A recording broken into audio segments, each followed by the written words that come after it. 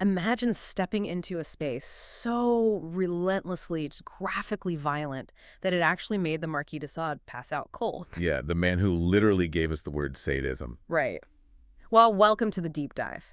Because today, our mission is to explore how this one, kind of bizarrely shaped, surprisingly peaceful-looking building in Rome serves as a literal time capsule for the absolute extreme limits of human endurance. We're talking about the Basilica di Santo Stefano Rotondo, and on the surface, it's a very serene, circular church on Rome's Caelian Hill. Very quiet. Super quiet.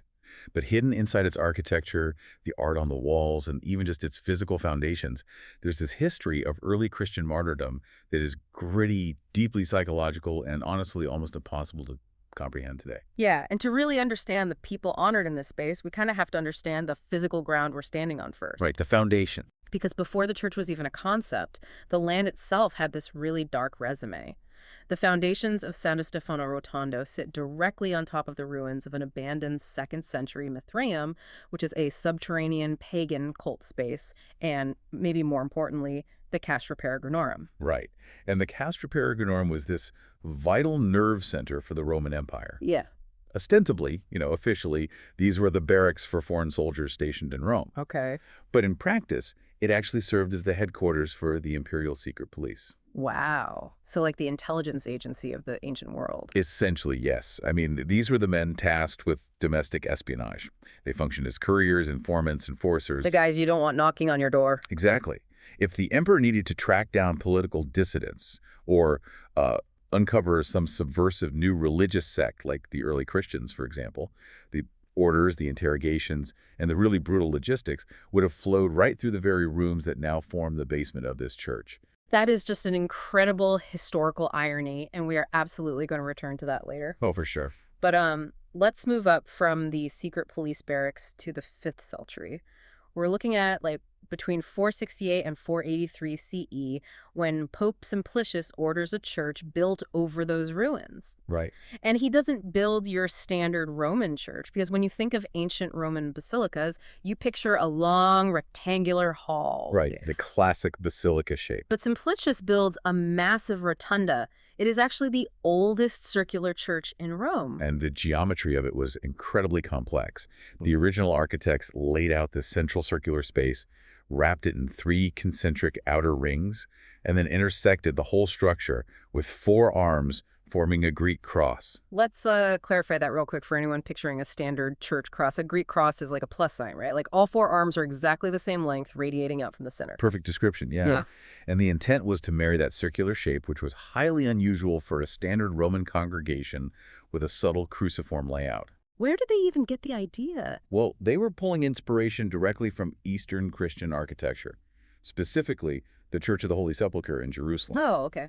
That makes sense. Yeah, but the design also taps into a much older Roman tradition, which is imperial mausoleums and pagan heroons. Heroons? Yeah, they're specialized circular shrines built to honor semi-divine heroes. But why go to all that trouble? I mean, why abandon the highly successful rectangular basilica for this really complex circular shrine? It comes down to how architecture dictates the psychology of the worshiper. Okay, how so? Well, think about a rectangular basilica. It's built for movement.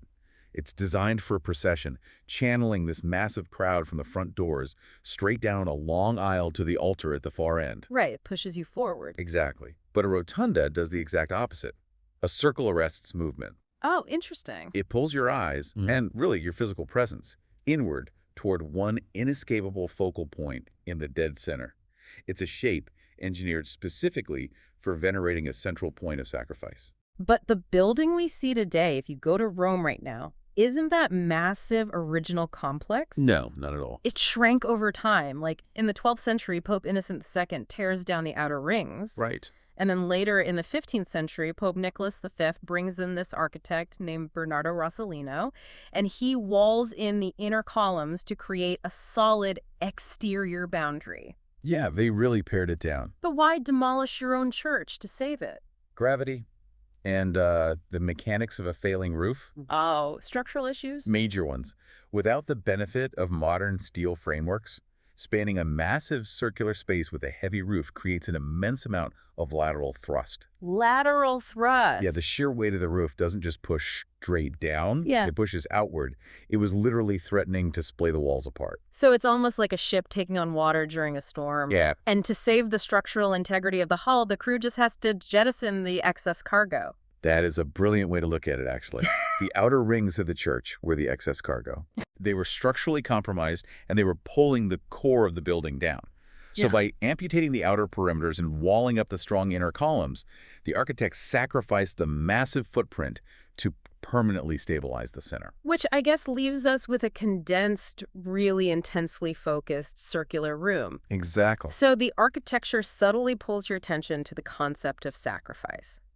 But here's where it gets really interesting, because in the 16th century, the subtlety was completely thrown out the window. Oh, entirely. The people running the church decided to make the focus on sacrifice unforgettably explicit. Yeah, we moved from the quiet geometry of the 5th century to the visceral, really confrontational art of the late 1500s. Right. The church had been handed over to the Jesuits at this point. Right. Specifically, they were operating it as the Hungarian-German college. And between 1580 and 1583, they bring in two artists, and Niccolò Ciccignani, who is known as Il Pomeranzio, and Antonio Tempesta. Yep. And they commissioned 34 massive frescoes painted all along the outer wall of the ambulatory. And for anyone trying to visualize the space, the ambulatory is simply that covered walking path that circles the main central altar. So as you walk that circle, you have nowhere else to look. You are forced to look at these paintings. Right. And these are not, serene Renaissance angels. They are hyper-violent, incredibly graphic depictions of early Christian martyrdoms. The sheer volume of suffering depicted is just overwhelming. I mean, the walls show men and women being flayed alive, crushed by stones, crucified, burned. It's basically a horror movie. It is. There's this deeply unsettling panel showing Pope Calixtus being thrown headfirst out of a high window, plummeting down into a well. It's a relentless panoramic catalog of human mutilation. And the reactions to this room are famous. I mean, Charles Dickens visited in the 19th century and wrote in his book, Pictures from Italy, that he was just completely revolted by the gore. Yeah, he ate it. And then you have the Marquis de Sade. He looks at a fresco detailing the brutal mutilation of a virgin martyr, and physically passes out. The Marquis de Sade. Right. But I have a serious question about the psychology here. Because the Jesuits commissioned these paintings as a teaching tool for young men training to become missionaries. Yes. But surrounding 19-year-old boys with a wraparound horror movie, I mean, was that actually an effective training method? Didn't it just induce profound trauma before they even packed their bags to leave Rome? Well, what's fascinating here is that to understand it, you really have to put yourself in the shoes of those 19-year-old students. Yeah, okay. They were living during the peak of the Counter-Reformation. So the Catholic Church's massive pushback against the Protestant Reformation. Yes. The Catholic Church had lost vast swaths of Europe to Protestantism, and in response, they cultivated this intense, militant revitalization of their faith. And the Jesuits were kind of the shock troops of this era. Exactly. The young men studying in Santo Stefano Rotondo were being prepared to travel into fiercely hostile territories. Protestant strongholds in Germany and Hungary, or even uncharted missions overseas. And the likelihood of them dying violently was extraordinarily high. So the gruesome frescoes were basically a form of psychological inoculation. They were. But it wasn't just exposure therapy. It was a highly sophisticated visual theology. How so? Well, if you look closely at Pomeranzio's frescoes, there is a deliberate, jarring contrast in every single scene. The physical bodies of the martyrs are being subjected to incomprehensible agony. That's terrible. Their limbs are broken, their flesh is torn, and this is key, look at their faces. Oh, right. The expressions are completely calm, serene. Yeah, sometimes even joyful. Wow. So the visual message to a young Jesuit standing in that ambulatory was clear. The physical body can, and likely will, be destroyed in terrible ways. Oh. But spiritual conviction is impervious to physical pain. It's mind over matter, essentially. Exactly. The frescoes were designed to prove that faith is stronger than flesh. It was this daily, visceral reminder that ultimate physical destruction wasn't a defeat, it was a spiritual victory. Okay, let's unpack this a bit more, because we see dozens of martyrs painted on those walls, right? Some famous, some anonymous. But the true anchor of Santo Stefano Rotondo, the actual physical relics that define the space, belong to two specific men whose lives are the ultimate blueprint for that exact kind of resilience. Yes, absolutely. So we need to leave the painted walls and look at the actual bones resting in the side chapel. Let's talk about Saints Primus and Felician. Their historical narrative is the ultimate case study for everything the building represents. Yeah. Based on the Acts, which are the ancient biographical texts detailing their trials, Primus and Felician were Roman patricians. So upper class. Right.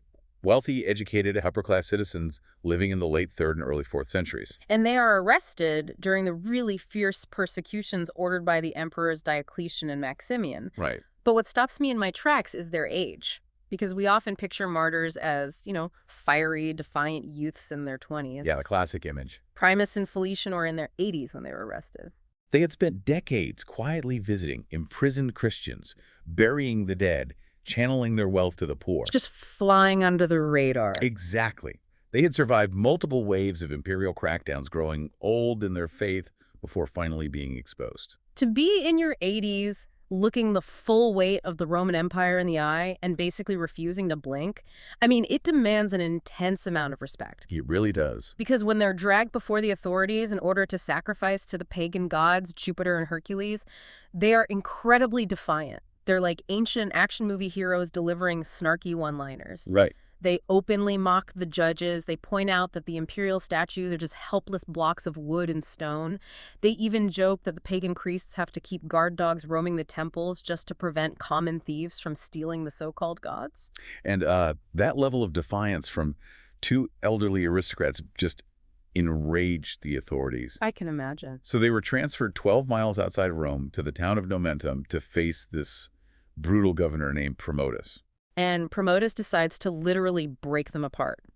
He takes Felician, the younger brother, who is 80 years old, nails his hands and feet to a wooden post, and just abandons him there for 3 days and 3 nights. About a drop of water. The sheer physiological shock of that to an elderly body is staggering. It's a death sentence. Yet the texts record that Felician simply hung there, continuously chanting Psalm 55 to the Lord. And when physical torment failed, Promotus pivoted to psychological warfare. Right. He brought in the older brother, Primus, and attempted to manipulate him.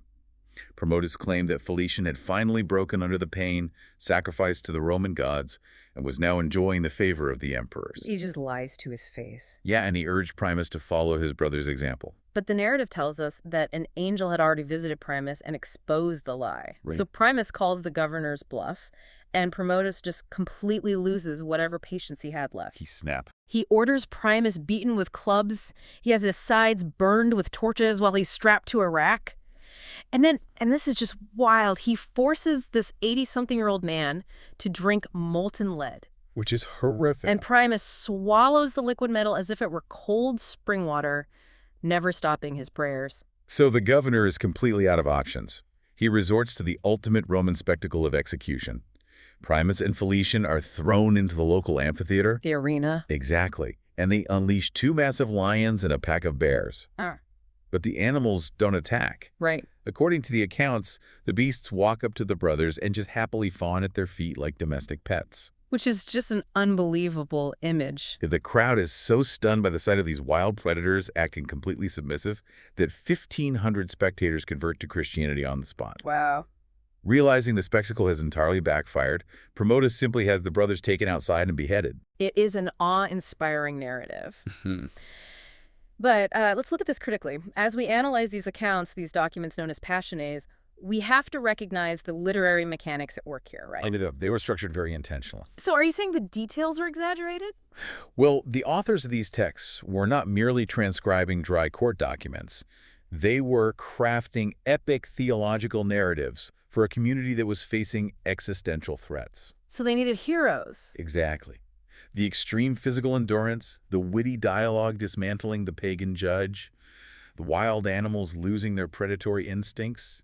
These are classic literary tropes of the era. Okay, so the molten lead acting like cold water, or lions acting like house cats. The point of detailing those things was to construct a profound theological argument. The authors were showing the reader that the natural laws of the physical world literally bend to the divine will. Which loops directly back to the psychology of the Jesuits in the 1500s. Yes. The message of the texts from antiquity and the message of the graphic frescoes centuries later are identical. True faith transcends the physical reality of pain. Exactly. The narrative of Primus and Felician was the textual version of what Pomerancio later painted on the walls. That's fascinating. But so, what does this all mean for the church itself? After their beheading, the brothers were buried outside the city walls at Nomentum. Right. But their physical remains and the immense weight of their legacy would eventually alter the strict rules of Roman geography. And this brings us back to the center of our circular church. Yes, it does. Because in the year 648 CE, Pope Theodore I enacted a massive historical milestone. He exhumed the bones of Primus and Felician from the Via Nomentana and moved them directly into Santo Stefano Rotondo. Which doesn't sound like a big deal to us today, but for centuries, Roman law and deeply ingrained cultural tradition strictly forbade burying the dead within the walls of the city. Right, the famous catacombs and graveyards were always relegated outside the city gates to maintain ritual purity. So bringing them inside was a paradigm shift. Primus and Felician are widely considered the very first martyrs whose bodies were officially permitted to be reburied within the protective walls of Rome. Wow, first ones. Yeah. It represents a fundamental transformation in how the city viewed these victims of the state. They were no longer marginalized outcasts buried along the highways. They were physically brought into the geographic heart of the empire to serve as its spiritual protectors. And Pope Theodore built a dedicated side chapel for their relics inside the rotunda. He did? And to honor them, he commissioned a mosaic.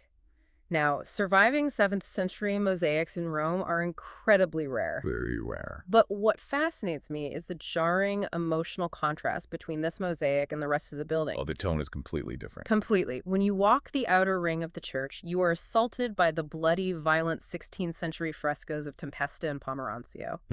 But when you step into the 7th century chapel, housing the actual bones of the men who faced the wreck, the molten lead and the lions, there is no violence at all. The mosaic depicts the two brothers in pristine white robes. They're standing on either side of a jeweled cross with a small image of Christ above it. And they're surrounded by this lush green meadow blooming with delicate red roses. Yeah. Why such a profound disconnect in how the same building remembers its heroes? If we connect this to the bigger picture, you are really witnessing the evolution of memory, driven by the needs of different eras. Okay. The 7th century mosaic marks their final resting place. Its purpose was to depict their eternal reward. The green meadow represents paradise, and the red roses are a potent symbolic acknowledgement of their bloody sacrifice. So it conveys the reality of martyrdom without inflicting the trauma of the gore. Exactly. It is a vision of absolute heavenly peace. Well, the 16th century frescoes were built for earthly preparation. Precisely. The Jesuits facing the Counter-Reformation didn't need to be comforted by visions of peaceful meadows. They needed armor. Right, they needed psychological armor for the brutal realities of missionary work. You have two vastly different historical moments with two completely different psychological needs coexisting perfectly within the same circular walls. That is amazing. And the legacy of these brothers continued to shift, even in the modern era, didn't it? It did. Because despite their fame spreading across Europe over the centuries, reaching as far as Bavaria and France, the Vatican actually reassessed their status in 1969. Yes. Pope Paul VI initiated a major liturgical housekeeping document called the Mysteri Paschalis. Right. And the goal was to clean up the universal calendar of saints. And Primus and Felician were actually removed from the universal calendar and delegated down to local dioceses. They were. And the reasoning connects directly back to our discussion of their ancient biographies. The Church acknowledged that those epic acts, the defiant speeches, the miraculous immunity to boiling metal, the tame predator. Right, the literary tropes. Exactly. They'd accumulated so many layers of legendary novelistic storytelling over the centuries that it was just no longer possible to separate the historical facts of their deaths from the theological poetry. So what does this all mean for you listening? Santo Stefano Rotondo isn't just an architectural oddity with a strange floor plan and a shrinking roof. It is a monument to how human beings process and survive extreme adversity. Yeah. Whether you find comfort in the peaceful, symbolic promise of a 7th century mosaic meadow, or you find strength in staring down the terrifying graphic reality of 16th century training frescoes, this deep dive really reveals how physical spaces are engineered to inspire resilience. They're built with purpose. Exactly. You don't need to be an ancient Roman aristocrat facing down a governor or a teenage missionary stepping onto a ship to appreciate the profound lengths to which people will go to preserve their convictions. The human capacity to endure and the really complex ways we choose to remember that endurance are permanently etched into the architecture of that rotunda. Well said. As we wrap up this deep dive, I want to leave you with one final thought to mull over. It's an architectural irony that is honestly almost too perfect to be real. Consider again the physical foundations holding up this entire structure. The secret police barracks. Exactly. Santo Stefano Rotondo is built directly on top of the ruined barracks of the Castra Peregrinorum. Think about the profound poetic justice in that geography. That's incredible. The imperial secret police, the very agents who spent centuries tracking down, interrogating, torturing, and executing early Christians like Primus and Felician. The ruined headquarters of those enforcers are now literally bearing the weight of a magnificent monument dedicated entirely to their victims. History ultimately has a magnificent sense of irony.